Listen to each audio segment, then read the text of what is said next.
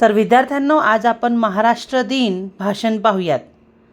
तर आदरणीय व्यासपीठ, गुरुजन वर्ग आणि तेथे जमलेल्या माझ्या बालमित्र मैत्रिणींनो, तर आज 1 मे महाराष्ट्र दिन साजरा करण्यासाठी आपण या ठिकाणी उपस्थित आलो आहोत. तर 1 मे 1960 हा दिवस आपल्या सर्वांसाठी ऐतिहासिक आहे. याच दिवशी आपल्या महाराष्ट्र राज्याची स्थापना झाली. संयुक्त महाराष्ट्र चळवळीतील अनेक हुतात्म्याच्या बलिदानामुळे आपल्याला हे स्वातंत्र्य मिळालं. त्यांच्या त्यागामुळेच आज आपण जय महाराष्ट्र असे अभिमानाने म्हणू शकतो.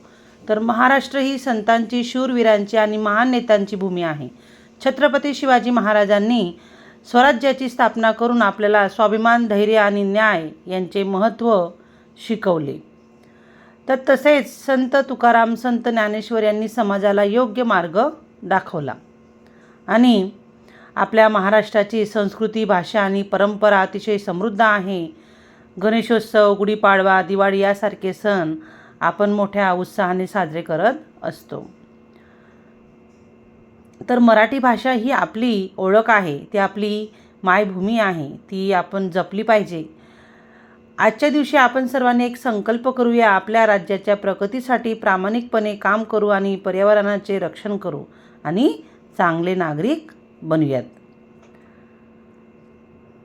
तर माझा महाराष्ट्र महान, संतांची ही पुण्यभूमी ओळख, खास मान, शिवबांच्या पराक्रमाची गाथा गगनात दुमदुमते, स्वराज्याच्या तेजाने भूमी ही उजाडते.